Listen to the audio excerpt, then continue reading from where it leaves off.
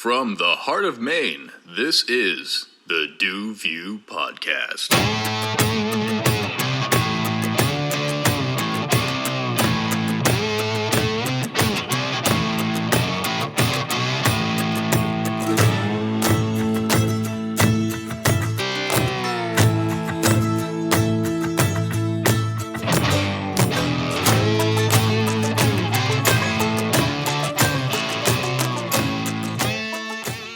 All right, and welcome to your April episode of the DuView Podcast. This month's episode of the DuView Podcast, I am your host, Du, a.k.a. Ryan Dumont, and this month I am joined by Maine musician and just all-around decent individual, Mr. Noah Smith. Noah? Yeah, we doing, Ryan? Welcome on the podcast. Oh, thank you so much. Yeah, Appreciate of course. You. Yeah, happy to have you on. I mean, we've kind of known each other for a while, oddly enough, just never really were able to make things work in a, professional capacity like this, It's just like, it's so straight, like, I, run into you, old Hollowell days, old holidays, maybe 6 years later down the road, I see you doing something. It was like, when was the first time we met? I think it was when you and my dad were working together. Is that when the first time we met? I mean, the first time we re-met after a long time. You know what I mean? Right. Yeah, so I was working at St. Michael's, and your dad and I were doing some project, and you just happened to be there tomorrow. I just happened to come by and be like, hey, I know him. Yeah, I know you. Did you play, I guess one of the other instances that I was thinking about, did you play youth rec soccer at Halldale? I did. Okay, and that's another instance where I knew we probably met. Maybe, did you play Little League at all? I did as well, yeah. Okay, so it was probably as everybody did, if you lived in Farmingdale and Halldale, you either played soccer or you played baseball, when you're young, And I remember, I do remember having this conversation. It's like, yeah, I played for, was it BHB? Yeah. I was on Down East at the time. Yep. It was like, I vaguely remember that. But we never went to school together, but you were just at rec, soccer, basketball. And I mean, I dated a girl that went to Halldale and many other things. That's so, right. Even when I didn't physically live in Farmingdale anymore, still tied to that community. And I mean, it's a great community, though. And that's one thing I do want to talk about a little bit with somebody who is from there, is that the Hollowell specifically itself, but also Farmingdale being a little like suburb of both Gardner and Hollowell and Augusta. It's a unique little place to live. It's very comfortable. It's very quiet for the most part, but also a lot of people live there. Yeah. And a lot of talented people, artists and musicians and the like, inhabit that area, come to find out, coincidentally, It's really interesting. It really is. Just the amount of, it's been I thought there wasn't a whole lot of music people when I first getting into music. Right. It was just I had my friends at school, and then after high school I had one band or two, and then moving, years later, I really started, diving into There's quite a musical community, really. Yeah. I mean, that's the unique part about it. The other thing was, when you're young, there's music people that are a lot older than you. Yes. So it does not, especially in Maine. There's a lot of, I'd say 50+ musicians. Yes. 50 to 80 years old, even on the 70 to 80, even in the 70 to 80-year-old category, which it's just wild. Yeah, I know it is really wild, but now it's like, well, that doesn't really, bother me as it used to. I was very I want to play people with my age, have. You get, and I had a similar, I guess, qualm or quandary when I was your age or a little bit younger. Oh, well, I want to play with people that are my age, and now it's hell, I'll play with anybody. You know what I mean? That's what it is. That's what it's about. Now I play with people that are, I say 15 years or so older than me. I mean, but with that also comes different experience and different access to different gigs and a whole different array of experiences and a whole bunch of other stuff, which is fantastic, really, at the end of the day. And that's kind of what the whole local music scene, I guess, is kind of about in a roundabout way. Yeah, my advice, just play with anybody that you can, because you just never know. Yeah. You never know. Definitely. That's very true. Yes. I mean, and I don't know if people do this, you being more we can get into this a little bit later when we talk more musical stuff, but just having local jams and stuff like that, trying to bring back things like that, I think would be huge. Just getting people in a circle and just all right. Yeah. Not even for the sake of playing gigs, but just for the sake of playing music. Yeah. No, they're still around. It's just, I felt like we have kind of lost some good spots, like the Wharf being a great example in Hollowell. Yep. And, we had the formerly of Hollowell and formerly of Augusta, right? Yes, they were in Augusta for a bit, but not I anymore. did go. I went Did a you couple go? times. Yeah, I mean, I did play a couple gigs there. Unfortunately, I didn't get to make any of yours, but Archie played down there a couple times. Good family friend. We love Archie. Mm-hmm. We've had a party here where he's like played in the backyard and no stuff kidding. like that. He's great. That's Love him. A great example of all the different ages of Maine musicians. You know, he's up there. You know, he's my dad's age. You know, they went to high school together. Like, Yeah. So it's just one of those things. But you're so right though. Like COVID is. I mean, not just COVID, but also this round of flooding that we've had and weird, wacky weather, like we were talking about before we came down to record the episode. Like, it's hard to be a venue and like have flood insurance, and then like I think of like Easy Street, for example, or like, you know, a place down there where they literally get slapped with water, like, and then like to see like the pictures where the water is up to the roof, and you know, it's like, damn, you got to have some resilience to like build back, and you know, like you just got to be tough. I mean, and then that's a great thing with our community. Yeah. They are so like willing to put in the effort to, you know, it's their favorite bar, so everybody's there willing to help. And like the regulars are also there helping build the place back, regardless of the location on the street, on Water Street, you know? Right. That's wicked neat, too. And I guess kind of getting back to you specifically, buddy, I mean, like, we've been kind of talking about Central Maine and whatnot, but where specifically do you call home, or did you call home and now call home? Because we Mainers, we like to move 15 miles away from where we grew up, or, you know, I mean, myself included, you know? So where do you call home, buddy? Well, so to be honest, I wasn't originally born you weren't? here. No. Okay. I was born in Portland. Oh, no shit. Yep. Yep. My mom and dad were living in Gorham at the time. Yep. When they had me, Dad had a job in Falmouth. He was a civil engineer. That'll do it. And he was working for, I think it was a company, Enterprise, not the rental car place, but like an engineering firm. Yeah, a firm based out of Falmouth. So they were living in Gorham at the time. So really, even though I've grew up in Farmingdale, Hollowell, I've just Maine, assumed you've always been a Central Maine guy. I figured you've been here your whole life. I was, because I started going to school in kindergarten at Halldale. Oh, okay. And I did start pre-K, I think, a little bit when we were down there. But when Dad got a new job, moved for Chimbro at Pittsfield, we moved up here. But right so really, to answer your question, I call home Portland. Yep. Because there's something about it when you go there. Yeah, it's Portland's a cool spot. Just now we have a little. Yeah. I guess I'll just tell you. I have a running joke against like Portland v. Augusta on the podcast, but like I understand that both towns have their own unique charm and everything like that. But and Portland's great. I mean, like you get some of that bigger city feeling and access to some like different stuff. Like, you know, you go out to a bar, for example, and they might have some liquors that you don't always see up here. You know, just using that as a very fine example. But like restaurants and stuff like that, you have completely different types of ethnic food, and also like I mean, most recently I went down to like Wilson County barbecue. Oh, yeah. And they do like North Carolina, like east side like barbecue, and I'm like, there's no brisket. It's just like chicken and pork. But it's wicked cool, you know. Like there's no beef, and I was like, oh, that's different. Really? And it's like where else but in Portland, or I guess in North Carolina. But Portland's just got so many cool little unique spots, from anything from the Sea Dogs to. So I really do. I guess what I'm trying to say, Noah, is I really do appreciate and like Portland, even though I rag on it a little bit. You know, I got you, man. I got him. I love it. But what do you like about Portland specifically? Like, I know you're talking about like the atmosphere and stuff. Is it the atmosphere? Like the Old Port? Like what? Old Port. Really, growing up, Bull Moose music. Yeah, Bull Moose music, man. That's kind of where I'm a big Bull Moose guy. I'm a member. I love vinyl, so like Bull Moose is a no-brainer for me. Aside from like local independent like little shops, like Bull Moose is my number 2. I call them. I mean, there's Newberry Comics, which their vinyl collection is absolute gas. True.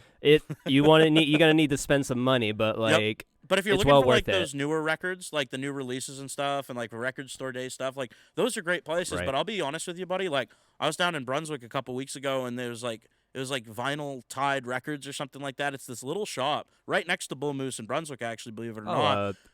Is it? Oh no, vinyl. Vinyl something. It was like vinyl. Like they did like the playoff of like I know Vinyl Haven, but like I know it's where this you're little talking little hole in the, not hole in the wall, but it's this little tiny shop, and this dude's just in like a wheelchair. His name's Yep. Dave. I know he's where a exactly wicked what cool you're talking dude. about. I went to Yeah. shake his hand, and he gave me a fist pump. That's why I knew he's like an old hippie or something, just hanging out, just like he loves music. He goes, "How many records you got?" And I go, "Like probably about, I don't know, like 50 to 100." He goes, "Oh, that's a good start," because you look at this place, and it's just Wall floor to of work. ceiling, all around wraparound records. It's like, man, this is so cool. And he saw that I had the the bag for Bull Moose. He goes, "Oh, what'd you get from them?" And I ended up getting, but like it was a brand new record. It was actually Mickey Hart, Zakir Hassan's Planet Drum, the new Planet Drum record. They hadn't come out with a record in like 20 years. Okay. It's incredible. It's all like, so the cool thing, I guess to get on the side, I'm a big Deadhead, as you probably can tell. Those who have listened to the podcast know. I mean, I'm wearing my Phil Lesh and Friends sweatshirt and my dancing Terrapin Turtle hat. So I mean, like, I'm on brand. But anyway, Mickey Hart founded an organization with a couple other, like, because he's big on international beats and rhythms, and that's what kind of brought his unique style of drumming to the Grateful Dead, because they use a lot of Indian rhythm, which is like, I call it a bastardization of like 7/8, and it's like a lot of these weird time signatures, like 11, 30 seconds, and like really different offbeat, but it's like like little fill-in things, but you put it all together and it sounds fantastic. And you start adding instruments and drums and different percussive instruments from all over the world, from Africa, from the Middle East, like, and these are drums that, like, culturally these people have been playing for thousands of years. Yep. But probably have never been put onto a modern, album until like now. Which is really cool. I like that type of stuff. That is, there's like quick sidebar, but there's a full circle with that's the thing with music. There's just always a full circle with. Oh yes. Like anything. Mm-hmm.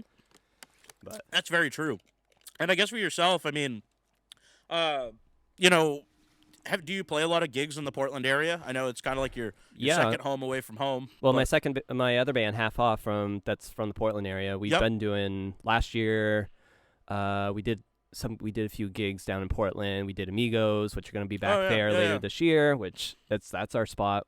We're really happy that we found our crowd at Amigos. That's good. Amigos, we played a place called Batson River. Free Street was another place. And me and my brother, we've had really good amount of gigs at Portland Lobster Company. Oh, yeah. If you can get a gig at Portland Lobster Company, it's the best thing because you get yourself a free meal. Hey. And when you can get a free meal at Portland Lobster Company, that's a good deal. That is a very good deal. That's a great deal. You can get the most expensive most expensive thing on the menu, which seafood these days is expensive. So if you can get that for free, that's amazing. That is amazing. That's wicked amazing, actually, and that's a cool incentive. And it's like, I don't know, I feel like especially in Maine, and I could just be speaking because I've only lived in other couple New England states, but especially Maine, I just feel like we're pretty good, like, to our local music. A lot of the the venues are pretty good to their local musicians. I mean, I don't feel like that's like a over the outlier. I feel like they're not like like you hear, like the guy, like the manager went into the back office and disappeared and we didn't get paid. You know what I mean? Like that type of stuff. I mean, I'm sure it does happen, but like I feel like it hasn't happened to me, thankfully. That's good. Yeah, I'm sure you're right. I'm sure it happens, but happened, it's not like, you hear it like happening all the time. I mean, I'm friends. I mean, while I'm not a professional musician myself, I play enough, and I'm friends with enough people who are, and it's like everybody says pretty good things about playing down in Portland. I mean, there's those people that. Oh yeah, there's greedy, shitty people everywhere. No, I mean, I know that, but right. What I was saying was, I remember talking to somebody about trying to get a gig, and we were like, he was like, "Well, do you guys bring a crowd?" I'm like, "Well, I can't really. I wasn't gonna lie about it. I was like, I don't think we really bring a crowd." He was like, "Well, I don't fuck around. I just trying to." Or you could be the first person to give us our big break. Right. You never know. You never know. Right? Like that's I don't know, that's how I've been my whole life. It's like when I'm in the face of about to get shut down, it's like, or it'd be a lot cooler if you did. Like, you're the best decision you're gonna make. Yeah. You don't know it yet, but this is the best decision you'll ever make, friend. Like yeah. But it was like I get it. Yeah. I get it. When you're a bar, you got to bring it. You got to sell liquor. You got to sell liquor, and that's your business. Yep. Understandable. Yep. It's just hard when you're a band. You're trying to like play other places. Like you're and you got that's like such a barrier that you like. And while your focus, yes, of course, is drawing a crowd, but like first and foremost, your focus is on the musicianship and playing your music. Right. Like, and I understand that 125%. Like if I knew if our band sucked, I probably wouldn't be here asking you to hire us. I'm just hiring you because we're a good band. Right. Yeah. Exactly. I'm coming to you because I think we play good music. And like you could say in your own like aspect, we don't fuck around either. You know what I mean? Like we're serious too. We're serious musicians. Right. Like, and I mean, I know that's easier said than done in a lot of instances, but like I think it's true though in a lot of ways. Like I don't know. I think that like and like you said, I think it's important to give like your time of day to like groups that are starting out or groups that are young. Especially, like, I think there's a little bit of ageism there, too. I mean, with some of the younger guys trying to get in, like, sometimes the door isn't always open. I felt that myself sometimes, even, like, with things. It's and like, then, yeah. it's kind of a club sometimes. It's like, once you're in, but, like, getting in can be difficult. That's just my own opinion. There's bands that have been around for 20, 30 years playing covers. Yep. And for a bar manager, for them it's like the easy way out because they know what they're going to get. They know what they're paying them. Like they have this relationship, and then it's just really hard for the newer bands that are. I mean, I've been playing music around, and I've been in so many different bands, but every time I move into a different new band, I get I fall into that trap, I guess. Yep. So. And I mean I get it. You know what I mean? Like, and it's understandable, but it's just like, like, where does this leave us in terms of moving forward in different aspects and with that. So it's different. And I mean, like, and we'll get into that in just a minute. I know you have a very wide musical footprint, I guess is the way I'll describe it. Yeah. Like you always got something going on. I try to keep myself busy as possible, even if I'm doing a podcast. Yeah, like, right. That's yeah, what no, that's true. I do the same thing because if not, I get in trouble. So it's like I get bored, or I get really angry. I get in trouble myself. Yeah. Like, you know what I mean? Yeah, it's like I'm yelling at myself to like, what are you doing? What are you doing? You idiot. Exactly. So I guess so home is Portland, but where do you reside in Maine? So right now, I was living in Hollowell. Yep. I'm actually back home with my mom and dad at the time being. I feel you there, brother. I feel you there. Yeah. It's tough out there, and the funny thing is, not to cut you off or anything there, but when I've had other friends on the podcast, or not even friends, but folks that are our age, from 20s, early 20s to 30. Everybody's like, yeah, either I have like a handful of roommates and that's how we make it work, or like I live back at home. Like I was out, but then the swing in prices have just been so bad that it just makes it tough to be out on your own. Like it's crazy, oh my and God. And I mean, like, that's the thing, like, and to hear on one side, like, oh, these kids are lazy, nobody wants to work. It's like, nah, it's not that, dog. It's like, we're just a little bit smarter, I think. I think we know that we have really no stake in the game right now, and it doesn't make a lot of sense to, like, don't get me wrong, it makes sense to work hard and to, like, create as much either wealth or happiness for yourself as possible. But at the same time, I just don't think that it's very attainable for home ownership or for even, like, renting. It's just like, it's too bad. Mm-hmm. Yeah. I remember someone told, I think it was my boss was telling me, because we're hiring, I work for the state of Maine at State Postal during the day, and, we're running into getting short staff, and we're hiring people, and it seems like you're saying, like, with our age group, it's almost like the benefits doesn't even matter. Like, the pays is what they're really attracted to, because all they're trying to do is just pay their rent. Yeah. Because... yeah, it's just floating from week to week, and I mean, like, I feel bad. I genuinely feel bad. I mean, I'm lucky in a lot of ways. Like I guess you could throw the word. I mean, you could even throw the word privileged around a little bit. Like, I'm lucky. I mean, I don't have to worry. Like, I mean, I do worry about like long-term financials and things like that, but I don't have to worry about like, oh, I'm going to be out on the streets tomorrow, which is not a luxury that everybody in our state has. Which I will say, and that's. I just try to stay humble about that. Yeah. Easier said than done, but I do try to stay humble about that. But the Hollowell area, speaking about, where you were living previously, is great. I love going to Hollowell. I like to say I do all my business in Augusta and I have all my fun in Hollowell. Yeah, it's true. Yeah, it is true. That Hollowell's a fun city. That's same with me. Do my work in Augusta, and Hollowell is the after party. I mean, I was one of Marcia Gallagher's students. So I see her play Happy Hour and stuff like that. She's actually been on the podcast. She was early on season 1 guest. Shout out to Marsha. You're great. There we go. You know, and so she worked with her with Chisel Whizzle, and then run into a bunch of like former teachers and stuff like that are done Yep. there, which I'm sure is the same for you because, well, Yeah, it's yeah. kind of how it works. Yeah. Mr. Kennedy, that was my history teacher, was I don't know T.O. him personally, but I've heard many a story about him. Oh my God. I mean, as The far as best. social studies teachers in Central Maine go, he's one of the legends. AP government. Yep. But the other thing, he was a DJ on TOS, and That's right. he brought the Maine's, like, it was a hard rock station. Yeah. TOS, Mountain Up Here Rock, and on Wednesdays he would do a local local show. Yes, that's right. And Yes. he would he would play all the local hard rock bands that would just send their stuff into TOS, and they get played once a week. And some of them, you know, became very known. And he would used to do they call it School of Rock. And they do bring those bands to Halldale and put on a concert on Friday or Saturday. That's right. I remember them doing that. Yeah. So like my class really got into the band Prospect Hill. Yep. Wasn't really from Maine.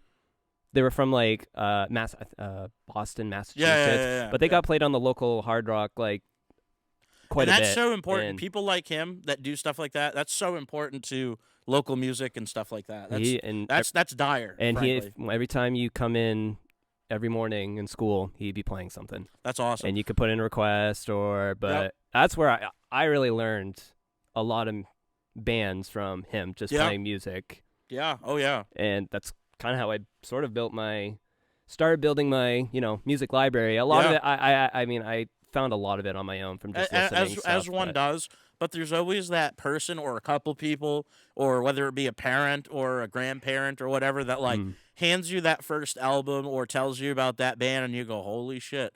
You know, you think back to the first time you listened to that group and you were taken away, or you know what I mean, or just taken to a different place or whatever. It's happened to me so many times. Oh, it's so good. I mean, that's why music is. I love music. I call myself an audiophile. Like I love that. I would be so angry and miserable. Like, ask people when I don't listen to music, I'm miserable. Seriously, it dampens my mood. Like if I don't have access, like I can think of some days that like even at work where I just like throw a headphone in and I'm just wiring stuff up and I'm having a great old time and whatever, like music. I haven't had an instance where, music's not been there for me. And you know what I mean? Even if it's like the stuff you don't even listen to, or you don't want to listen to the stuff you normally listen to every day, you always change it up. Like for me, I'm movie scores. Yeah. If I can't, I can't listen to this morning. I'm like still waking up and just gonna throw on whatever, The Last of Us soundtrack or something like that. It's mostly instrumental, right? Right. Yeah, and that's understandable. Well, and that's the cool thing about music too, is that it's kind of like when you're building a puzzle and you have all these different pieces. Yeah, some of them kind of fit, but they don't. Like it's kind of, you know what I mean? It's like you have all these different pieces you can try or whatever. Maybe not a puzzle, but when you're different size bricks, if you're building a house or something like that, it's like, oh, I can try this brick today, and that works pretty darn good. Whether that be jazz or whether that be instrumental scores or just straight like classical composition. I mean, I'm jazz trained. That's where I really hit my stride, was in college, I guess. I ended up becoming president of the jazz band. We brought back Jazz Fest, which was a long dead, have all the other schools in the area come over and play, and have a professional group musicians play. It was just absolutely fantastic. Talking about regrets, that's probably one of the most regrets I really missed out on, was those All-State Fest or the district. Yes.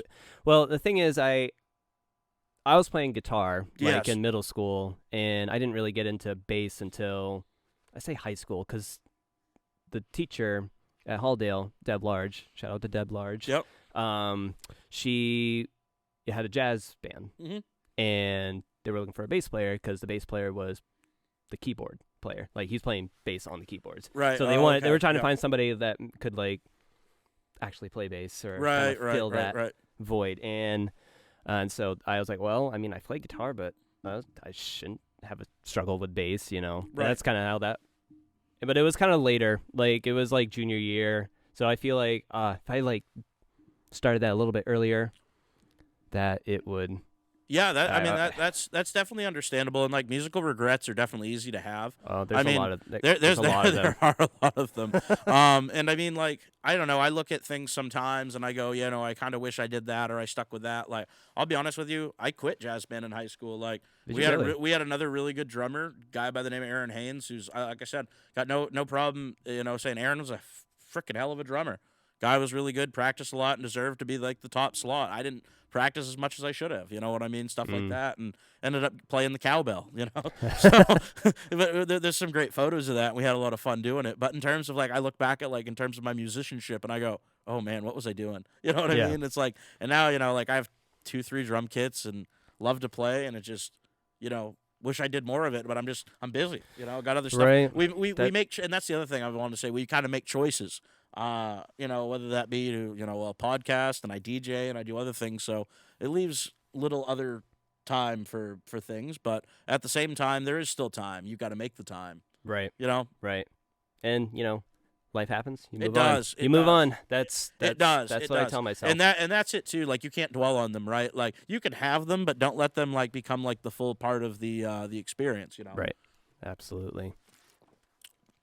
And I guess that said, kind of transitioning a little bit here, buddy. So when did you were talking about picking up the guitar, but when did you first like pick up the guitar? Like, what was the instance? Were you one of those kids that got like an acoustic guitar when you were 5 at Christmas, or like where did the guitar come from? Well, I'd say my parents. I remember having this little dinky guitar. Right, as one does. I think my mom and dad bought it for me when I was maybe, I'm gonna say 3 or 4. Yep. Probably younger than that, honestly. 2 or 3. 2 or 3. There's pictures. I just remember that I've seen pictures of me. So really, when my music starts, my dad. So my dad and his brother were bluegrass musicians. Oh, so you do have a little bit of musical background, familial speaking. Yes, my dad's side was very musically. Very cool. So my dad's brother, my uncle, he was very big into bluegrass, and growing Fantastic up, genre. Bluegrass has really taken. I'm really happy it's like getting a lot more attention. It deserves it. It really does. But anyways, he started playing growing up. Banjo was his big instrument. That was his main instrument. Banjo, dobro, and then guitar. He played everything. Right, and as one does when you're pretty well versed in that type of stuff. And for bluegrass, he was an animal. Yep. Just because bluegrass, it's not easy. No, it's not. It's definitely not. It's a different kind of style, and it's. I mean, folk and like bluegrass, and some of your like, I guess I'll call it older country western stuff. Mm-hmm. Like, you get to see a guy trying to play that on like a lap steel or a pedal steel, and it's like, oh crap, yeah. Like, like just that instance. But like, and then you think of some of your time signatures and like how like percussion doesn't always line up with some of these, and like it's interesting. It's like it's in the lyrics. I mean, the lyrics themselves are so charged. It's amazing. It really is. It's a very moving experience. So my uncle,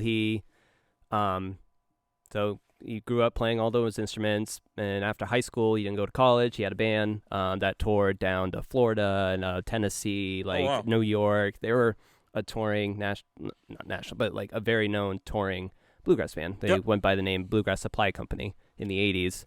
And so my uncle was in that for a while, and then spent several years in that. And after that, he and my dad had joined a band they called North Star with a couple other people, and that was around the time I was born when they started that band. Cool. So basically, I spent a lot of my summers going to bluegrass festivals because that's wild. It was for like a whole weekend. Yeah. So because they'd be on the bill. And it wasn't just one festival. It was like maybe I'd say 3 to 5 festivals a summer. You're in June, like at the beginning of June, you're over here. Yeah. End of June, you're over there. July, August. Right. Yeah. As they go. Right. Yeah. They played like White Beach. They played the big ones like Ossipee Valley, which is down southern Maine. Yeah. And then they play. What's another big one? Oh, Thomas Point Beach in Brunswick, which is a very big Maine bluegrass festival. And I look back and I'm just like, wow, we really got into some like expensive concerts here because for I don't know what it is now, but I'm sure It's probably not cheap. No, it's I mean, not you know as well as I do, nothing's cheap these days. No. but but like it's a blessing to like be a part of those festivals and that's see wicked. some cool bluegrass bands that were like pretty big at the time. Yeah, that's wicked. I mean, like that makes sense why you are so musical yourself, though. I mean, like you had a great foundation. Yeah. I mean, just from what you've said in the last 5 minutes. So that's kind of really where it started, was bluegrass. Mom in the car would be playing Tom Petty, a lot of Tom Petty, the Beatles. That was two of the. You brought up you hit one of my heartstrings here. I loved Tom Petty.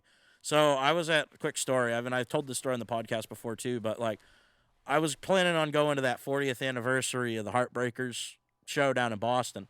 And oh, really? We were like, man, like it's just like it was gonna be expensive for my dad and I to go. Where was he playing? TD Garden. Oh yeah. Yeah, it was TD Garden, and this would ended up being like 2 months before he died. Oh wow. This was like a month before the Hollywood Bowl show. Like this is, and so I get out of rugby practice. I remember I was playing rugby still at the time in college, and my buddy Bobby looks at his phone and he goes, "Tom Petty's dead." I go, "No, you're fucking kidding me!" Like no, his heart exploded or he had a heart attack or whatever, and he died. I remember. It's like what?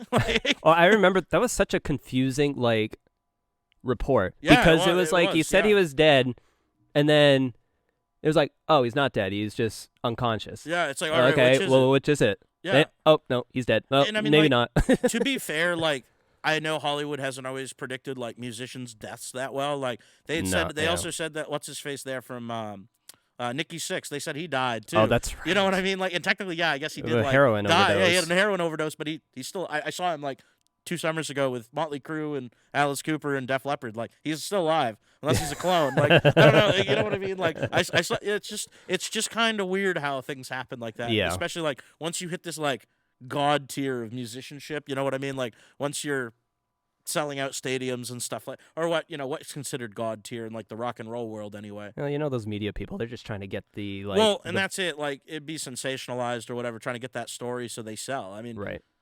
But regardless of that. But yeah, I do remember that day. Yeah. It was like super back and forth, and then finally it was like, okay, he's dead. Put it to rest. Yeah, it's like okay. Yeah, that was unfortunate, but like. Apparently, and I didn't realize this, and I mean, I guess this is kind of like the plight of a lot of musicians, especially rock and rollers. I didn't realize he was still so fucked up on drugs and stuff. Like, no, I did not know that either. I had assumed like in his older age, he just kind of cleaned up. Probably just kept smoking J's and whatever, but like he wasn't like going hard. It's the same thing with Taylor Hawkins. Yeah, Foo Fighters, which that's still. And I mean, like, there's a lot of people like that. That it's. I mean, whether you look at like the 27 Club members, like, and even in more modern music, like Mac Miller, completely different genre, but I still think spoke to the same amount of people, and a lot of people were upset when he passed. Whether it be drugs, alcohol, vices and demons, like like John Bonham and stuff like that, like. It's just crazy. It's just crazy. It's crazy. Like once you get to this certain level of musicianship, not musicianship, or just like in terms of popularity, I guess is what I should say. It's crazy. It takes over. Right. I guess. I don't know. And I mean, like, it's nothing you or I can relate to. I mean, we're not there yet. We're not rock stars. I mean, we're not, throwing TVs out the window of the Ritz-Carlton yet. I mean, I can't speak for you, but at least for myself, No, I have not been in that situation before. Situation, yeah. No, not yet. It'll come. No. Maybe it'll come. My moment. Just called me. It was like, hey, I'm about to throw this TV out the window. Hey, you remember? Just wanted you to know. Yeah. We'd never do that, allegedly. No. Now, when you started picking up, I know you had a pretty good musical background, but when you did pick up the guitar, did it come easily, or were you did you have to really work at it, or if you remember? So I started taking lessons at it was my 13th birthday. Okay. They signed me up for guitar lessons with Steve Jones. Oh yeah. It was a very big Hollowell musician. Yeah, well known. The Boneheads, Yep. which is another Hollowell's icon band right there. Yep. So Steve Jones was the one that started teaching me lessons. I did that. I mean, it's so long ago, but I do remember just figuring it out quickly than some people. Yeah, because I don't know. He started, okay, we're going to do a G chord, and you're just going to do strum pattern for, dum, dum, dum, dum. We're going to try another chord. Yep. I think first lesson, he gave me about 3 chords to learn. to just play kind of back and forth Right, and get yeah. like a transition going. So like I think it was G, then to D, or and then I think C might have been the third one. So I did that for like one lesson. Next lesson, all right, we're gonna add one more chord. But it's so, and then I do remember like by second or third lesson, he was like, all right, I'm gonna teach you. I'm gonna do Sweet Child of Mine, but like super dumbed down version. Right, yeah. And so he's like, and that was like, we already had the chords that I learned the first lesson, but he just added that one more chord. He's like, you're just going to have this chord, but it's not going to be, I think it was like an A. Yeah, Super simple chord. And just from there on out, we just kind of, if I had something I wanted to learn, I bring it in, show him, and he's like, he might not have never heard of it before. But going back to Tom Petty, we did a lot of Tom Petty. Yeah. It was super straightforward stuff, and he a knew it. A lot of his too. stuff is very approachable. Yeah. Like, it's not like, don't get me wrong, it sounds very nice, and it's very, like, melodic and rhythmically very nice and everything like that, but it's not like, I don't know, it's not like learning, like, some crazy, like, chords or anything like that, or playing a bunch of augmented this, or like playing the seventh, and like, I know just enough music theory to get in trouble. Being a drummer, you really don't need to know notes, like, and it's different too. Like when you're teaching a kid to play drums, like you can't be like, oh, you can hear the song, like no, all you hear is dum dum bum bum bum bum bum bum, like, and that's great and all, but like it's like. I feel like it's definitely harder to get kids like really sold on playing drums than it is. Oh, here's a guitar. You look like, you know what I mean? And it's funny you say that because at 8, 9 years old, I tried drum lessons. Did you? Yeah. Yep. I tried.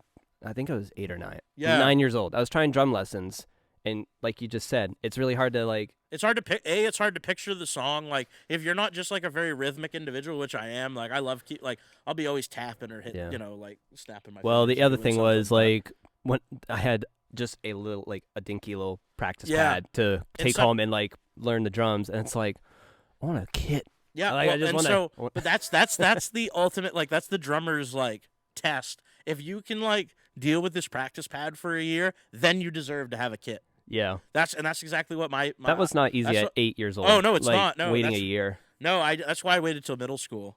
And that was the same thing and that was kind of the same thing. Me and my dad had to deal with guitar. Yeah, we had acoustic guitar. Yes, that I started out with and brought to lessons, brought home to practice, and he's like, "Listen, stick with the lessons for a year, and you want to continue doing lessons for another year, I'll get you an electric guitar for your birthday." We'll go electric, yeah. I was like, "Okay," and sure enough, that happened. Next year, got an electric guitar. It was just your thing, buddy. You know what Yeah, I mean? it Like just that just kind of. When you find your thing, you find your thing. And that's like with I'll say personally, like watching one of my own buddies that was on the last episode, Lucas Rushton, roommate of mine from college, like always really loved music, but then during COVID he picked up the guitar, and now he'll be sitting there talking to you, just like strumming around playing the acoustic guitar, and It's so cool to see somebody like even later on in life. So I guess is what I'm trying to say. Just because you're not young doesn't mean you can't pick up an instrument. No, like you can be of any age and go take a lesson or go watch a YouTube university type thing, or there's a lot of good resources out there to teach people. Yeah, it's so much easy access these now, days. Especially, yeah. Now with YouTube and even TikTok. Well, even GarageBand has built-in tutorials on how to play guitar and stuff like that. Oh no shit! I had no idea. Like, yeah, you start going and playing around GarageBand and come to find out like. Apple's got like I have Logic, so I feel like it should have something similar because it's literally. I have Logic too. I have yet to like actually like use it, but I did when I upgraded. I bought that and a bunch of other like editing apps, and I still am out here using GarageBand. So don't judge me, but it is what it is. Great, GarageBand's gotten a lot better since it has, 7th grade. And when I tell people that it's like, oh, what do you use like for the podcast? Do you have like professional like production equipment and stuff? And I'm just like, I mean, we're doing okay, but I'm not like, you know what I mean? Like this is free software. Right. Like, I mean, I have an audio interface and stuff like that, but like, that's not, like. It's not much. No, it really, it's not much. Don't need the giant mixing console or whatnot. No, I know. Well, and that's, what, speaking of that, now you've got me onto all, you get me onto all these other, sidebars, which is awesome. It's awesome. I love it. But, like, I've been looking at, like, Facebook. I always look around Facebook Marketplace and stuff, and a guy was selling an entire recording studio setup, but, like, 1979 peak technology. Like, we're talking big boards. Like 60, well, not even 64 channel, but, like, bigger than that. Bigger than that. I want to say the thing was, like, it would take up, like, a whole wall. And there were other smaller consoles that also went with it, too. It was crazy. But it was just, like, it's like, yeah, like, I can't really use this anymore. It's like, man, like I'm glad technology's changed a little bit, you know? Yeah. Like, but like we were talking the other day, actually, believe it or not, like electrical and like audio amplifiers are very close. Like how you like some of the magnetic field stuff that you use for generators and stuff isn't that different from what they use for amplifier technology. Like it's kind of cool. Yeah. And so that said, like we were talking about how like back in the day when they still used vacuum tubes for amplifiers, and how some of these like really pure audio guitar guys will look for amplifiers that still use vacuum tubes because of the different sound you get. I don't know if you've had an opportunity to play of an amp that still has vacuum tubes in it. Not that I know of. I have a tube amp. They're but big. They're big. They're big. They're big. Okay, I don't think so. Like, and they almost have like this rotating. Like, I wish I had like a young Jamie to pull things up. I'd like throw a video on there. You know what I mean? It's like but it's wicked neat, and it's just like you get a different quality of sound than you would with any modern amplifier. It's real cool. Yeah, that like is Like interesting. I said, audiophile. As a guitarist, I went a long time without a tube amp. Like I feel like, I mean, I have a tube amp now, Vox AC30, great amp, and that's my first tube amp, and I've had that for only a couple of years. Before that, it was all just line 6 or and that's hey, they work. They do work, and that's the thing. Like and it's like nowadays they've gotten so much better. Yes, that's true. Since the first time I got an amp at 14. Yeah, right. No, and that's true. That definitely makes sense. And I mean, like I said, the innovations in technology is really cool. And so, looking to when you were like a younger kid listening and stuff, like who would you say like were your influences? I mean, obviously your familial influences were very much there in the bluegrass side of things. But like when you were growing up, like did you were like I mean I some people's like oh like yeah when I was growing up in the '60s like I heard Jimmy Page the first time and like. That's what made me play guitar. Something like who were you? Who would you consider an influence? Well, so, my mom would play like Beatles, Tom Petty were the first kind of like rock artists. Right. But like on my own, I did a lot of finding the music on my own, and so like middle school. Or like late 5th grade, middle school, it was the Fall Out Boy, it was My Chemical Romance, Panic at the Disco. You were in a lot of good company there, definitely. Yeah. So listen, I had that for a while, and then some of at Halldale, our grade or class was like. They were into that music, but they like to make fun of people for listening to that music. And I was like, well... It's kind of like people that, like, shit on Nickelback. But then, like, Nickelback's behind great. Closed doors, they're like, oh, yeah, like, Chad Kroeger and these guys, they kill it. That was, and then, that was another... So, like, and I started getting into Nickelback. I remember all of you 10 years ago. You guys love Nickelback. Who are you kidding? You know what I mean? Like, that stuff was on 92 Moose, and y'all loved it. Like...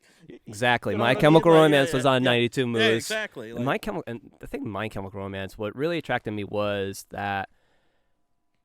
It was what was new at the time was like guys were wearing like eyeliner and makeup, which I thought to me was it just looked cool on them. I was like, that might I might like cool. Yeah, no, hey, that's definitely fair. It was a certain style about it that was just very attracting to me and influential. Kind of funny you say that, like the whole like I guess you call it punk scene thing. Like Lou Reed was even doing he was doing like more like Kiss style face paint. Oh yeah. But like even Lou Reed was doing that way back in the '70s, and they didn't want him to. Yeah. It's really interesting. That's been going on for a long time. It has been going on for a long time. Yeah, I mean Kiss too. Yeah. Like, I mean like Kiss, but but in terms of like more of the punk specific, right? Punk, like I consider Kiss less punk, more like stadium rock, glam rock. Just because like I don't know, I feel like you could pump a lot of their songs into like a musical generator and come out with them. Not that I'm saying there's not heavy levels of musicianship there, and like they play very very well, but like in terms of like you look at another group that's like I don't know, maybe like kind of like your Iron Maiden type, and they're like all over the place. You know what I mean? Right. And then so like My Chemical Romance, the other part of that besides the makeup, because the video for the Black Parade came on TV one time, my mom. That's a huge video. It was a huge video. Yep. It was it was very different and very like it was new at the time. And that's one of they said one of the most influential music videos of the early 2000s. Yeah. Yep. I think it's in the top disagree 5, with actually. that. Yeah. I can't disagree with that. And that's like professional musicians saying that. It's not just you and I. Like, it's not some metric I just pulled out. But no, seriously, that's well. And my mom was in the room at the time when that video was on, and she's never saw it. She never heard of it, and she's just like, what's going on? She had this just look on her face. but I was loving it, and I was like, I know my mom does not like this, and I know this is wrong, Yeah. but man, like at the same time, it feels right. It's pissing my mother off. I must be I doing guess something. I must be right? doing Yeah, something. yeah. No, it's just, what I'm getting at is like I was finding something on my own Yes, that I was yes. really loving. Yes. And so it took some convincing. There was kind of a rule in the household. I was the oldest out of three of us, so I was the oldest, my sister and my younger brother. Yep. So there was times where I couldn't have things like certain music playing in the house because didn't want to expose to Yeah, and then that's different being a sibling versus like me being the an old- only child. yeah. Like, but like the other side of that is that like everything. It took some convincing to get that Black Parade CD. Yes. Yep. Clean version, Yeah, unfortunately. right, But yeah. anyways, I can't think back to a specific song or whatever, but I know there were definitely instances when I was listening to music I had found on my own or via friends in school at the time, similar age, where I'd come home or I'd throw it on 92 Moose or whatever, and my mom would be like, "Why?" You know what I mean? It's like, can we not, like, please, like, if you're listening to this, it doesn't mean you have to repeat it, like that type of stuff. Well, like and then not years- like say no, but like kind of like say no, well, and then years later, I hear from the car, my mom's listening to Black Parade. I'm like, Oh, how the turntables, yeah. I got, yeah. I think she listens to it because she remembers that going back to when we were watching that music video, and I was just super in love with it, and she was like not crazy about it, and I've just blasted any chance I could get, and so to her, I think it just reminds her of like I was saying, it was something I found on my own, and that was really special. Yeah, right on. And I guess talking about other firsts of finding your own music. What was your? I know you said you started out with an acoustic guitar. Do you remember like what make that was, or was it like one of those like Chinese ones? Chinese guitars, or it was a very nice guitar. So it was my uncle's, my dad's brother. Okay, cool. He gave me it was a Guild. Oh, okay, yeah, right on. Excuse me, and yeah, the Guild is back then were very nice guitars. It was a late 70s, early 80s. Oh wow, yeah. So that guitar had seen some stuff prior to you even owning it. That's really neat. Yeah, my uncle did a lot of like I guess lead stuff. Let's say like a lot of hybrid picking with that stuff because he had it set up. Like the action was super low, which most acoustic guitars don't really have a tough setup. Like you have to press hard. So where I had like not very strong hands, strong fingers, that was just such a beginner setup. Yeah. But it was also it's just a nice guitar. I still have it. But yeah, that was my first guitar that I had was a Guild. Then first electric was a Fender Squier Stratocaster. Red. Yeah, that's that. Nice. And do you have any type of? I know this is a terribly tough question for guitar players because usually they love playing both for different reasons. But are you more of an acoustic guy or an electric guy? I mean, do you have any type of preference, or depending on your mood, or? I like both, but at the end of the day, I think electric is my go-to. Understandable. I mean, like, and I guess trying to get off on another sidebar for a minute. Like, I'm a drummer, and I already know how important these things are. But pedals, like the pedal game has changed so much. Like, I think of like back to the Grateful. Well, again, being Grateful Dead. Like Jerry started using some of these pedals like built into like his amp cases and stuff like that. Like way back in like late 70s, early 80s. Like type stuff. And then, but today, I mean, you don't see a guitarist on a professional stage without a couple pedals anyway. 9 times out of 10. Yeah. Which is crazy. I mean, and all the preamps and pickups and all this other stuff. It's crazy how like the electrical guitars allow you to do so much. Yeah. I'm still a pedal guy, but nowadays people have like processor, like digital boards, but like it's all programmed and stuff. Yeah. And it's all built in like a pedal, just one giant, not giant, but good size. A good size pedal board you literally could just wear as a backpack. Yeah. And that's kind of what the industry is going off these days is super direct DI. Myself, I still have an amp and pedals. I try to do the whole, the DI pedal board thing. I had a Line 6 M16, which were good at the time, but I didn't really have like analog reel, like the actual pedals beforehand. So when I was, going into that pedal thing, I was like, I'm not sure if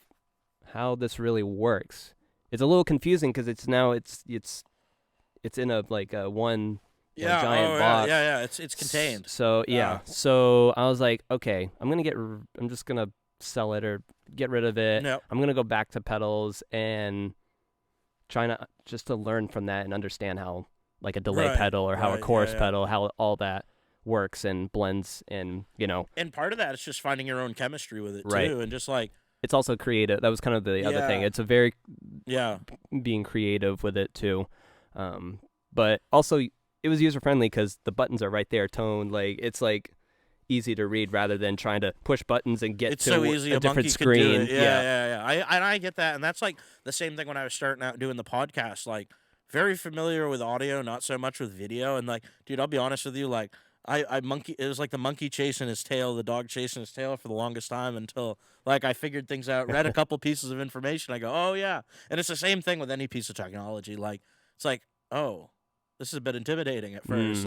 And it's like you might be like close to what you want, but it might not be giving you, especially with audio equipment, it might not be giving you the exact sound that you want. And like that's tough depending on like what type of venues you play and like how intimate the venues are and like what your type of music you're playing too. And when I was in different bands, we had a different sound. So it's like, okay, I'm not gonna need this pedal, but I'm gonna need that pedal. So I mean, and pedals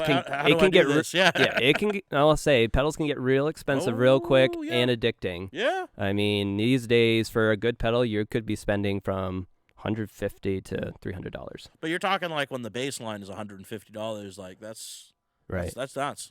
That's crazy. But the Boss, for example, they still make great pedals, and those are still super affordable. Oh, so nice. I still got a couple of those. Yep. I'm not. Yeah. If anybody that's ruling out Boss, don't. Yeah. Because there's still some magic. magic. And that's cool to see some of these companies like Boss. I'm familiar with Boss. Like they've been around a while. Like it's cool to see these companies that like have made a good product continue to make a good product, because like sometimes they fall off. Like not all companies, but like a lot of them too. Like or like the next generation takes over and we can make more money by cutting out like some of our quality, and it's like no, you don't do that. Like and that's just not in the world of musical instruments or musical equipment. That's anything. Yeah, in general. Yeah. Do you have a favorite venue to play? I know we've talked a lot about like the actual craft behind playing, but in terms of like when you do actually play out, do you have a preferred like home venue or a place you just? I love playing here. I do like Hollowell. Yep. I do like the Quarry. Just because it's home, I do like it. The Wharf used to be my home. What was my home. Right. Until it was no longer. No longer. Right. So I really just have the Quarry. It's the setup in the Quarry is just super tight. So it's at the same time it's just kind of like not ideal for a band. But if they were to do something different, like have us outside, like when they had that stage down there, they still do. They do, but it's just I'm sure there's a noise ordinance that you only get 2 hall passes a year to like do that whole and one night of them's thing, Old and all days, and the others what Pride. That Central Maine Idol thing. I wonder if it's that thing. Yeah, that's true that they too. do nowadays. That's true. I forgot about that. I actually auditioned for that last year. Believe it or not. Oh, really? Yeah, I did. Yep. Probably gonna do it again this year too. Hey, why not? Why not, man? I didn't realize. Go for it. Like the girl that was on there. I'm not shitting on anybody. Just to preface by saying this, but like the girl that won it and is on American Idol now, or like she's like from Cumberland. I was like, I thought it was only people from Central Maine could audition, but I guess not. I guess it's like. I mean, even when reaching. I mean, I don't like when they first did the first season. But like when I don't think the first season, it was all like local people. Was it? I thought. I mean, I recognized quite a few local folks anyway. I feel like I mean, I could be wrong, but like I still think it was still people from pulling in from like Southern or at least Freeport area. It was just kind of surprising, like me, Ryan Dumont, who's never had a voice lesson a day in his life. You know what I mean? Yeah. Like, and it's just like, and I feel like that's the way a lot of the Central Maine folks are. We just kind of go out there and sling it. You know what I mean? Mm-hmm. Either you've just put the time in. You know what I mean? And you just keep playing or singing, and it's just like, oh, okay. I say like, a lot. That was just one of my misconceptions on my own part. I thought it was just like Central Maine folks, but it's like all over folks. I mean, you have it's a good reason because like it says Central Maine. Yeah. Well, I was like, oh, okay. Like she's from Cumberland. I was like, how did she? I mean, she's very, Very talented. Very good. A lot better than I am, for sure. Without question, like, you know, a lot better than a lot of people in this area. And this is just sure. my opinion. I think she's one of the. We've had people that have auditioned for like The Voice and like American Idol and America's Got Talent that are from Maine. But honestly, Julia is like one of. She's wicked talented. She represents Maine like in a very great way. Yep. Like for these shows, I feel like we've had people and they're good, but like there's some I get what you're saying. You know, it hasn't been over the top. Right. And she is over the top. I mean, her voice has a lot of soul in it. Like there's a lot of emotion. And it's super very powerful and very pretty. For an audition, it's super ballsy to go in the Aretha Franklin song. That's true. That was a big step up, and I thought that's what was cool about her audition. That's where that soul came in. You know what I mean? Like, just being from Maine and like yeah. Well, that's kind of funny you talk about having soul in music and some of the singing competitions in high school. We did the Heritage singing festivals or whatever, the American Music Heritage. But they had one in Williamsburg. They had them in New York City. They had them all over the place. Case in point, we went down to Williamsburg, and we did this, like, I think it was The Storm is Passing Over, but it's very much a African-American Sunday morning spiritual song. And you had a bunch of white kids from Maine singing it, and you had an African-American judge who goes, listen, I come from a different religious community than I'm sure a lot of you do, but y'all could fit right in with us. And I was like, that was such a compliment. I'm not saying like I'm trying to sing African American, or like I'm trying to like, I'm just trying to be good. And it's like, but that is like the ultimate, like, as a singer, like that's the ultimate, like, like they're like, you sound like you were like in church with us on Sundays. Like I'm like, hallelujah, brother. You know and what I mean? Like, that's all it takes for some people because. Those things are like super important to people because it's in their daily life and but just like the quality. I mean, not to go off on a sidebar about religion, but in terms of like some of the quality of like chorale music you get out of like some religious instances, it's pretty wild. Some of these choirs, like you see them perform, and it's like, holy crap, they blow you away. What I found interesting about I went to a Sacred Heart in Hollowell growing up, and I thought there was something with our church. And the acoustics of churches, too. That's the other thing. Yeah. The thing with our church, I felt like we had good, strong singing voices as a church community. Mm-hmm. And our priest at the time was very, like, passionate about that. Yes.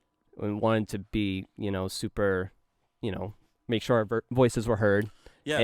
And I remember just going to other churches and definitely something different about this thing. And not saying it was like anything terrible or anything like that. You just do your best you can, but there's just something about, and even I remember somebody like a sub priest or something one time and was like either blown away and just always. It's like, wow, for being like middle of nowhere Maine, y'all can sing pretty well. Yeah. Like, I don't mean it in a demeaning way, but it's funny like that, and it's interesting. It just really is interesting at the end of the day. I mean, like, growing up, I think everybody, regardless if you're religious or not, should spend some time in a church choir because you learn so much, and you learn to like mix and blend with or just choir in general, I guess is really what I should be saying. Not even just like the church aspect of it, but like if you don't have an opportunity to be in a choir where like you have to hold a part, I think that teaches you a lot as a musician, regardless if you're singing or if you're not. You know what I mean? Like, I went through that growing phase. Was like, I don't know. I felt very weird singing these church songs as a kid. As one and does. Just like, so I didn't really. I try to hide like not saying, but I try to like. Or the other thing is like I'd be lip syncing.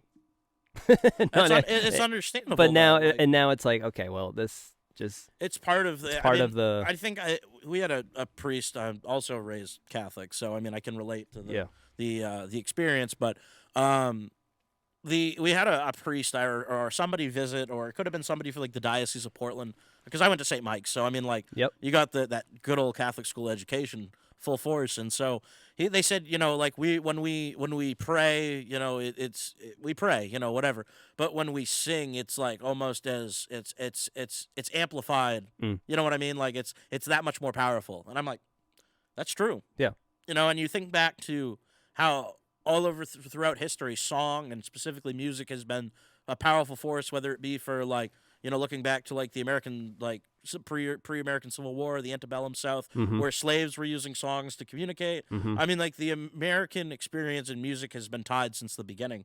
Whether that be fife and drum or whether that be, all the different genres of music that have come out of this country, because we have all these different types of people and religions and instruments and everything that just kind of came together. I don't think you would have modern music the same way it was if there was no United States. That's just, my own little bit. But I think that's true. I mean, like, if you don't have, like, African soul musicians coming in and, using some of their aspects down south, you're never going to have, like, rock and roll, jazz, blues.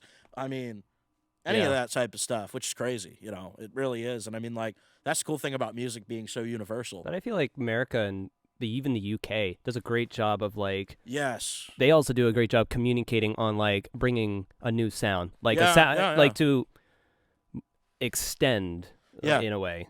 So like, trying to think of an example, but well, I mean, like, not to cut you off, buddy, but like with like in like the British invasion, like you had these British, whether it be the Stones or the Beatles or any of these guys, looking at like Little Richard and looking at like Elvis. Let's and looking like at Elvis, and looking at all these guys, and they took what they were doing and they innovated it. Yeah, so like Elvis like took Chuck Berry. That's the other guy. Yeah. That's the name I was missing. But like Elvis took like he took Did you see the Elvis movie? Yes, I know I haven't seen the Elvis, but I think I know where you're going with this. Continue. So he like would, at the time, it was like African American people singing like soul, like Hound Dog, for example, is not his song. No, he took that off I can't remember her name, but she's African American singer, and you listen to the lyrics. Soul exactly singer, right? Yeah. She's incredible. It's like Mama something, Big Mama something or other, or something like it was soul music and country music kind of coming. That's what I was trying to get at. Well, and that's like the reality of where these guys grew up in, like the mid, like Johnny Cash growing up in Arkansas, like Elvis growing up in Mississippi, I think Mississippi, Tennessee. Like the Deep South. Yeah. Or like the south of the Mason-Dixon line. You had this great combination, and then you see like in Chicago, cities like Chicago, where you have like these great mixes of different types of musicianship, but like you do have like a lot of the time, unfortunately, white musicians and white record companies taking credit for songs that were done originally by African Americans. Yeah. I mean, that's right. That's where I knew exactly where you were going with that. Then it was just such a crazy time. So it like people didn't really. It was also understand, didn't really, and in the racism and things like that of the 1950s, and the Board versus Brown versus Board of Education, and Martin Luther King. And then Martin Luther King coming to rise, and also Malcolm X, and the whole counterculture movement along with Vietnam.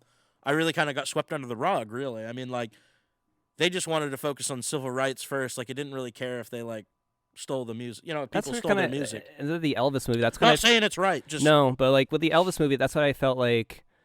I was hoping it would move towards the music, but they always went to the sidebar with Martin Luther King or Robert F. Kennedy. It was just this whole thing. I was like, I get it because it was just such a crazy time to add that in the story and make our next generation realize this is what. Oh, hey, things aren't going too great. Yeah, things are still maybe things aren't going great right now, and they still weren't going great 60 years earlier. Yeah. Oh, yeah. No, exactly. And that's such the cool and unique thing about it too, though. Yeah. Is that it's like it does tell this story too, and it's just like, yeah, don't get me wrong, Elvis was an important figure, and you're the king of rock and roll, but you got to look at the whole story.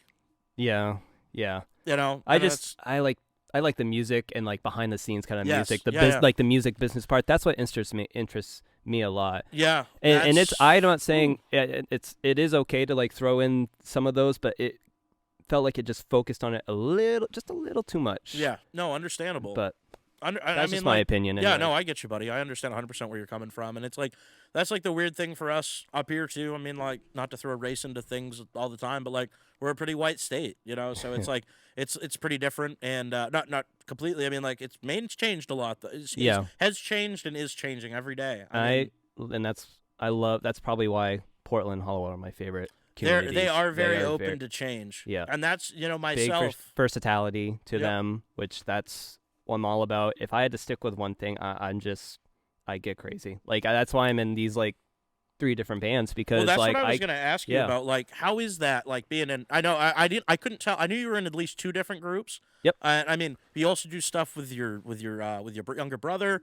And so I guess kind of just like break down like we'll just kind of go in order, or whatever order you want to go in. Like, how many groups are you in? What do you do? You know, so that type of thing. As of right now, I'm in 3 groups. I've been in more in the past. But the band I'm in, Bad Corner, we go back to high school. So I was going to say, I recognize a couple of your bandmates. Yeah, 2 of my friends, Cassidy and Aiden, 2 of my best friends from high school. We had a band in high school.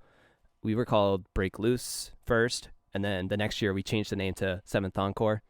And we did that through high school, did some gigs, did like School of Rock. Mm-hmm. We played the Augusta Calumet Club with they're called the Resistance at the time. Yes, yeah, I remember. Yep. And then nothing happened after that, and I joined a band. Aiden and I joined another band after. Aiden's still in high school. I was done high school. Yep. But we joined a band called Cheers Verona. Okay. Cedric and Evan were the other 2 members. And I was gonna say I did hear about that.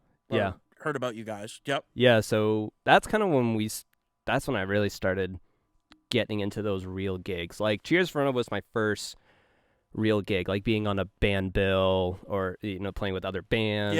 Yeah. That kind of thing, and like working with a promoter. Right. Like that was kind of that was like my first real gig. I mean, my first gig was with Break Loose at like the Augusta Armory. Yeah. Like as far as like playing out in public, that was my first public gig. But like my real gig was like with Cheers Verona with the promoters. You're selling your tickets and playing with these other bands. They're from Massachusetts or Portland, New Hampshire, you name it. Yeah, there's like an opener and stuff like that. Yeah, like, headliner. Yeah. And cool. we were just one of the bands that got on that bill, which was a cool time. Yep. And so we continued. So we did that. We recorded an album and played some shows.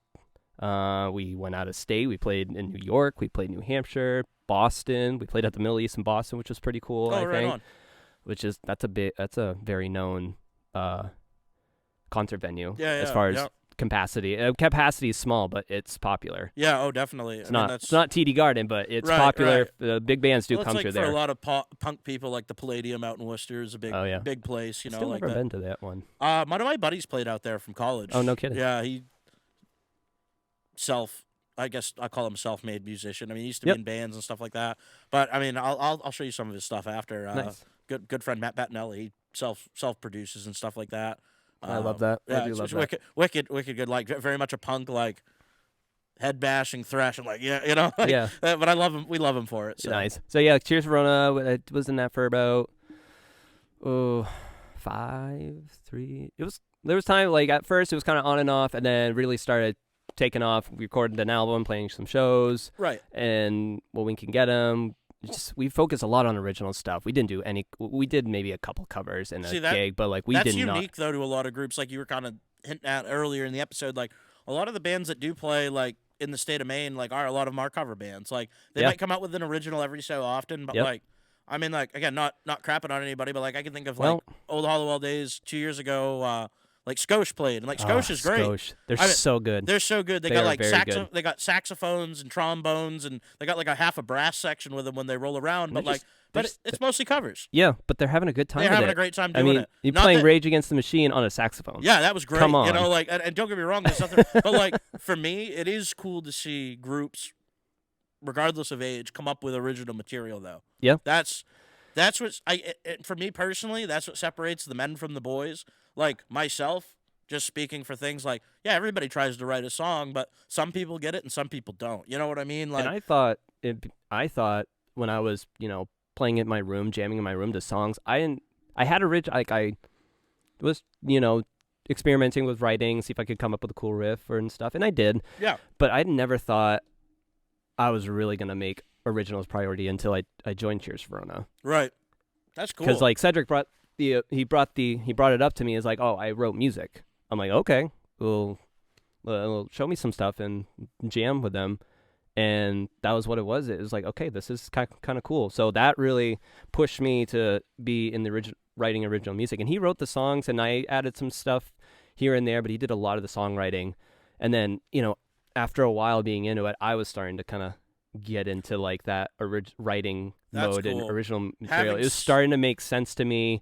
At first I felt like I was just overcomplicating because I was trying to be flashy and what's so not. I just wanted to be cool, which every musician I'm sure has their moment. But I was like, I gotta, back up. You just gotta be simple. Right. You don't want. Sometimes less is more, especially as a drummer.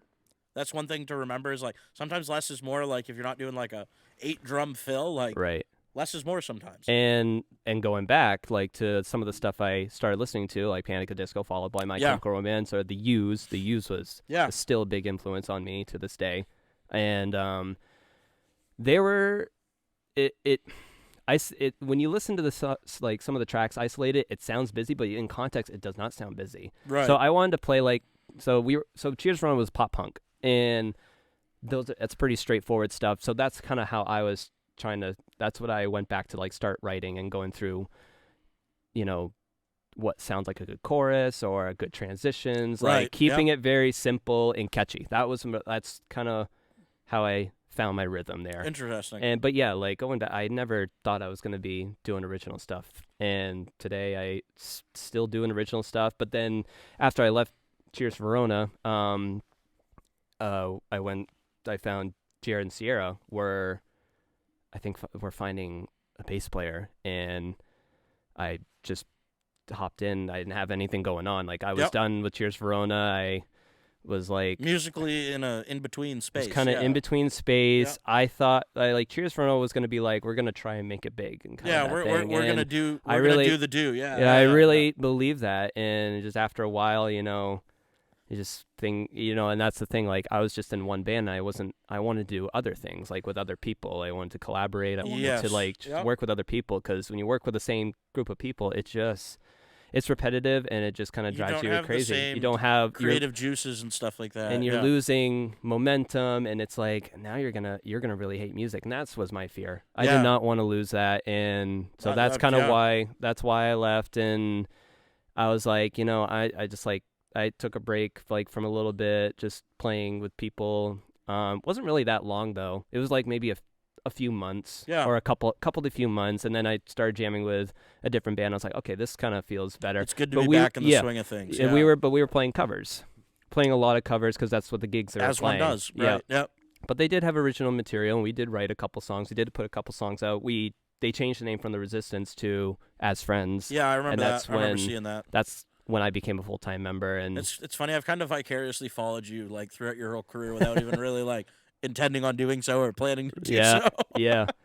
I remember seeing just like, because I mean on Facebook, I mean like you see, like blah blah blah blah blah blah, also having friends of friends, that used to, be friends with them and stuff like that. It's just like you kind of just like hear little things here and there, and it's like, I remember them. That was a cool thing. Like Jared and Sierra, I knew back from when they were in the Resistance, when they played the School of Rock show, met them, and just and we did, like my high school band did play a show with them, so we definitely knew each other from playing shows, but we never played in a band together. Right. And so that was kind of the times like, let's make it happen. So we did that for, I did that for a couple, it was going good, and then COVID. Yeah.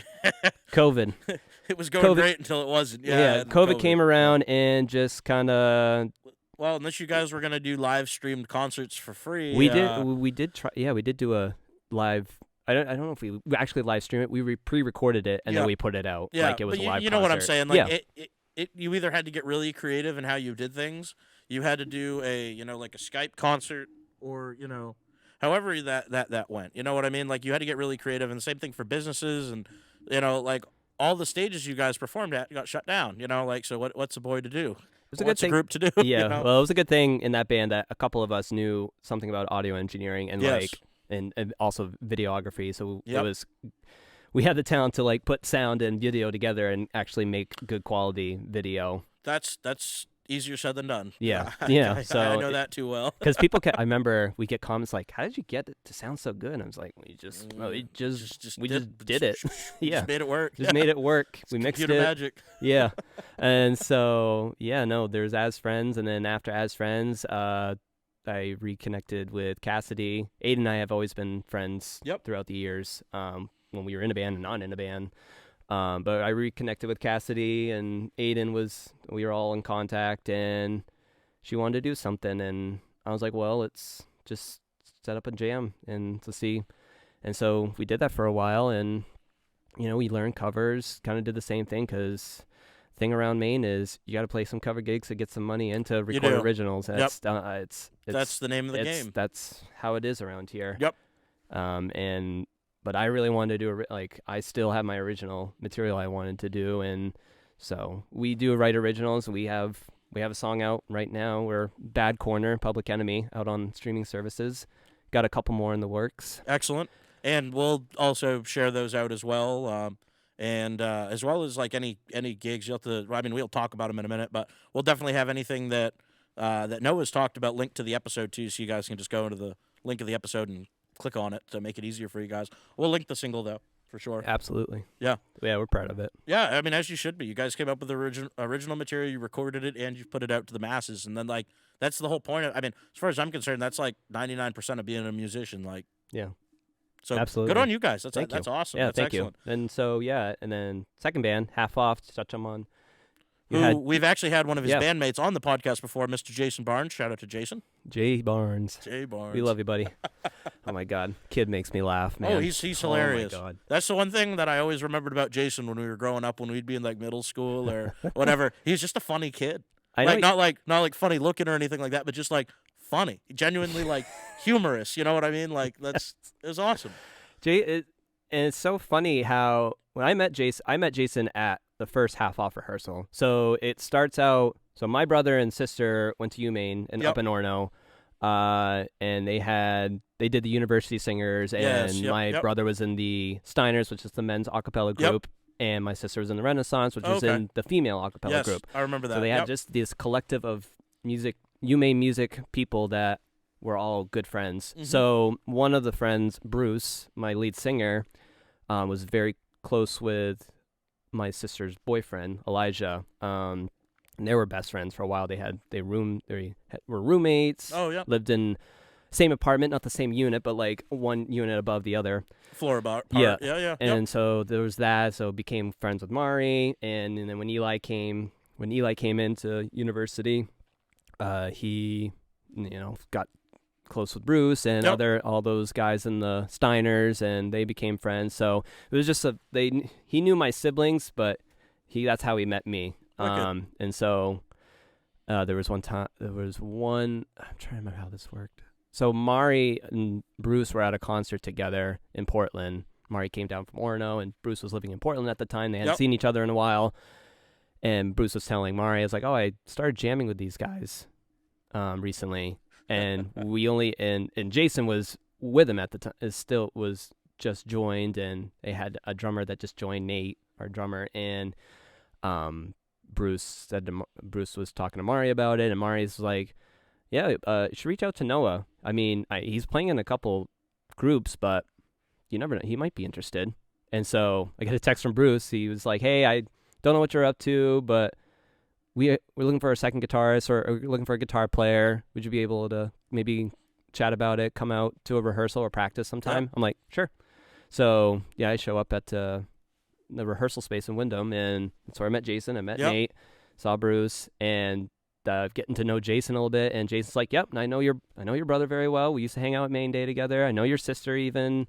And so I was like, "Okay." So just a nice guy. And then down the line, we were playing a gig, and my uncle Tom comes in. That's my mom's younger brother. Yep. He's also my godfather. Yep. And Jason's family was there, his mom and dad, and he recognized my uncle. Apparently, that's funny. It's Maine, man. Yeah, I know. So apparently, my Uncle Tom was a gym teacher at St. Augustine's. Oh, long time ago in the 90s. That'll do it. And Jason has an older brother, Yep. and I don't know how much older he is. I think he's a lot older than Jason is. I think so, yeah. And so they recognized him because his older brother had my uncle as a gym teacher. Right. Yep. Yeah, that's too funny. In the basement or whatever it was. It's not even a gym. It was like that's the one thing. And I remember him talking about this in that episode, because he went to St. Augustine. I went to St. Mary's before they combined the two Catholic schools in Augusta.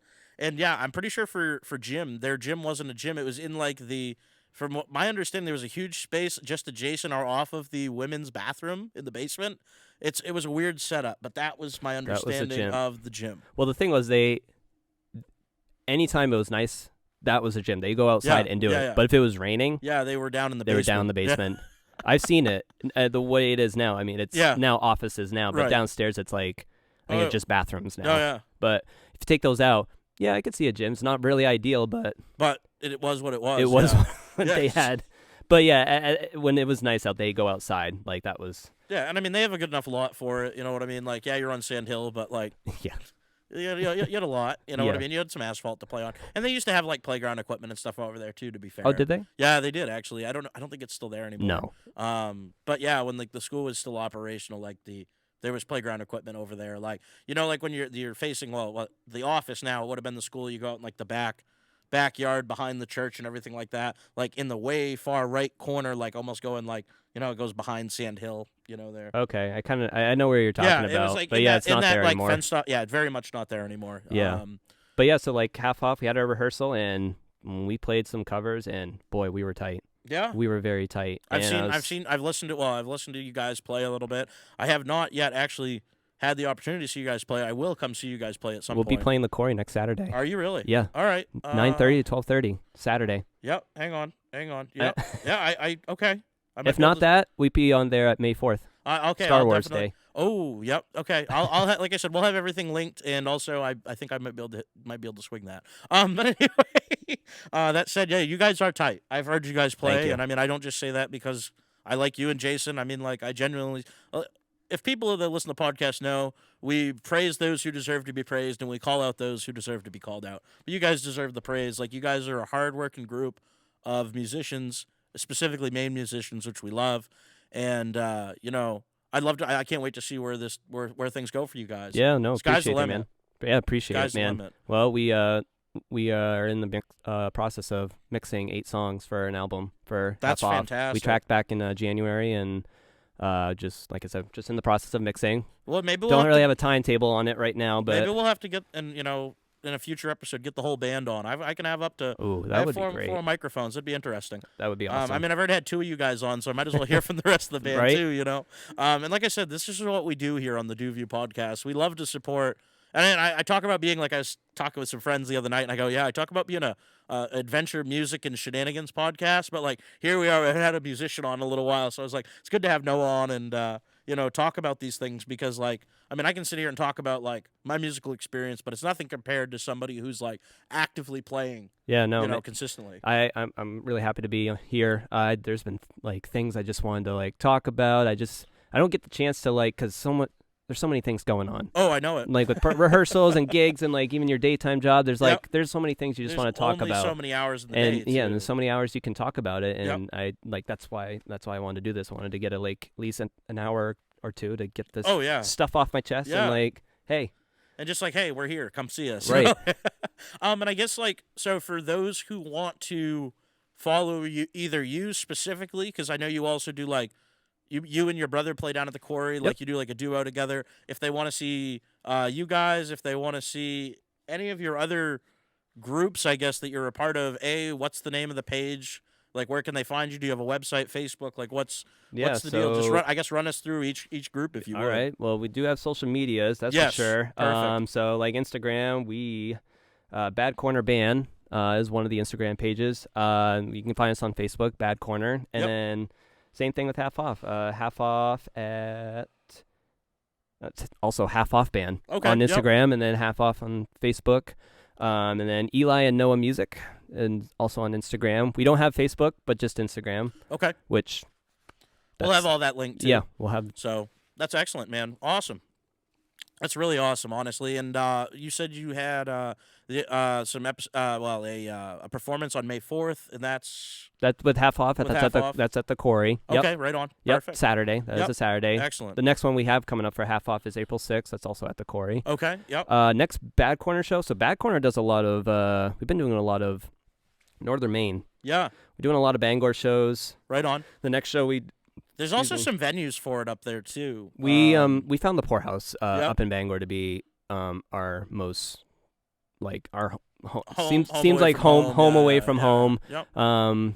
We have played the Quarry in the past, but we've been doing pretty good with the Poorhouse, and it's a good time there. It's a sports bar. You got a dance floor. You got a stage. Like, it's just a nice Having setup. a good-sized dance floor matters, and, like, again, and being as loud as you want to be. No disrespect to the Corey Tap Room at all. I mean, like, love them, love what they do. Love but the it's community. just a small space. It's just, tough. It's like even like having some friends up from out of town. They go like, "This is your like place to go out dancing," and I'm like, "Yeah, it kind of is in a roundabout way." And we used to have places like back in the day, and I've talked to people with Hollowell. Like, Hollowell streets on a Friday used to be flooded with people, but just with COVID, it just with everything, like everything else, it just kind of.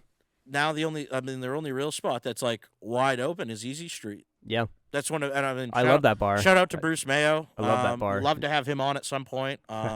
He's I mean, just I love what he does down there. It is what he wants it to be. Super artsy. It's not judgmental. Nope. And I'll tell you a quick side story. We were doing some work for, I won't mention the company name, but we were doing some work for a company in Augusta, and they were like, "Oh, where do you?" I was just talking with some of the guys that worked there, while I was like changing out lights and stuff. Like, "Oh, like where do you go to drink?" Just like normal questions like that, because the guys were new. One of the guys was new to the area, and I go, "Oh, I like Easy Street." He goes, "Is that weird bar down in Hollowell?" And I go, "What do you mean by weird, brother?" Like, he goes, "Oh, no, I didn't mean nothing by it." But I'm like, "But obviously you did. You did though." And I'm like, "Elaborate. What do you spill the tea? What are you? Are you a homophobe, or like what's your fucking problem? Because like you have a problem now." I said, "I mean, I'm a straight white male, and I love that place." So I go, "And you know what? Fuck you." Basically, and I in a nice way. That's what it was just like. Dude, like don't come out the gate and be judgmental like that. Right. That's not what we're about. I mean, people have told me like gay bar, and it's like it's not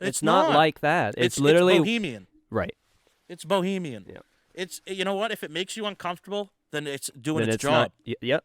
Exactly. That's my opinion. I'm a weird person, and that's why I love that bar. I think we all are up here, to be honest with you. I mean, like, that's what we like to be open-minded. Yes, I very much so. And it's like, you know what? Love is love, man. If you want to love somebody, go ahead. Amen. Who am I to stop you?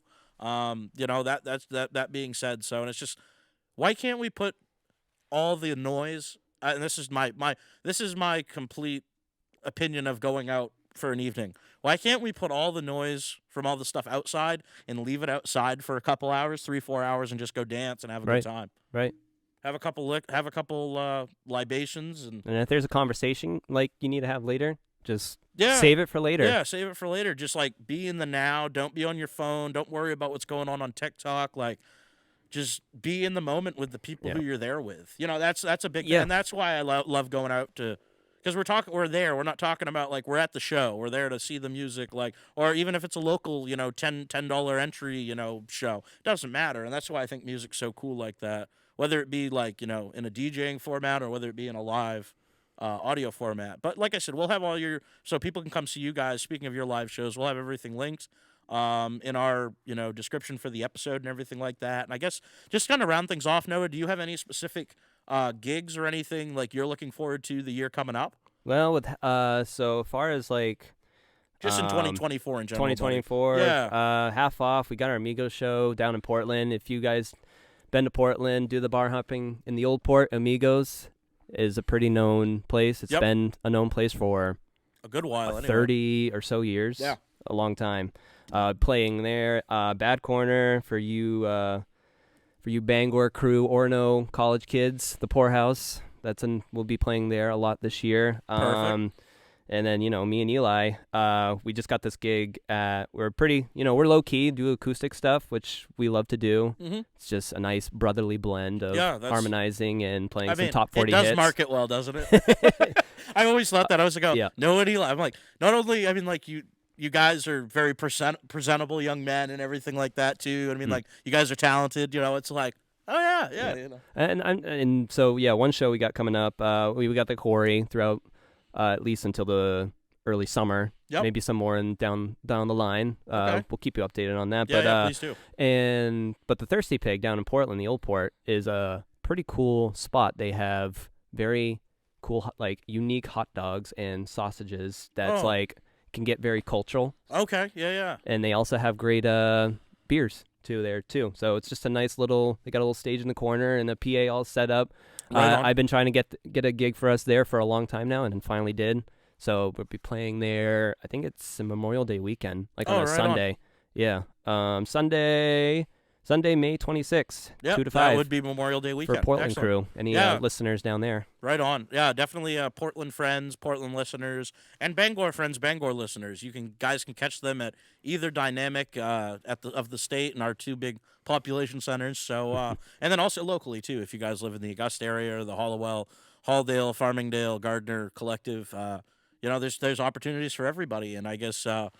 Speaking of opportunities, thank you for taking this opportunity and coming on, dude. I greatly appreciate it. Thank you. And it's been a great catching up with you, and we'll definitely have to stay in more regular contact. Yeah, buddy. Keep in touch. We should probably, I know we did a lot of sidebar stuff, but I think this means we got to do a podcast where we just focus on that stuff. Yeah, definitely. Like a little segment maybe every week or something, or every other week. We could definitely do something. There's plenty of sidebars, buddy. So that said, thank you, all of you, for tuning in, too. Greatly appreciate you guys tuning in monthly now. I know it's not the most ideal setup there, but it's what we got. And so that said, thank you, Noah Smith, for coming on, and thank all of you guys, like I said, for tuning in. And if you want to stay up to date with everything, DuView 207 on Instagram, the DuView podcast literally everywhere else. That means all your streaming platforms, YouTube, everything like that. We do have video. You can see us. Well, if you want to or not, no, I'm kidding. But like we look halfway decent. We're presentable. But no, that's in all seriousness, guys. We do have YouTube, so subscribe on YouTube if you haven't. Thumbs up, like the video, all that type of stuff. It's a huge help for us. So it keeps us relevant, and helps us beat the algorithm, which is easier said than done for small platforms. Like I said, we'll have all the music stuff. If you liked what you heard today, you can hear even more from Noah and from his various bands and such. So we'll have all that linked, and we'll definitely see you guys here for our next month's episode let's see here, we're going to see you guys again in May, specifically May 14th. So definitely look forward to that. Mark the date so you don't miss a minute of the DuView goodness. And like I said, guys, we will see you next month. Thank you for tuning in, and be safe, be well, and we'll see you soon. Take care, guys. Thank you.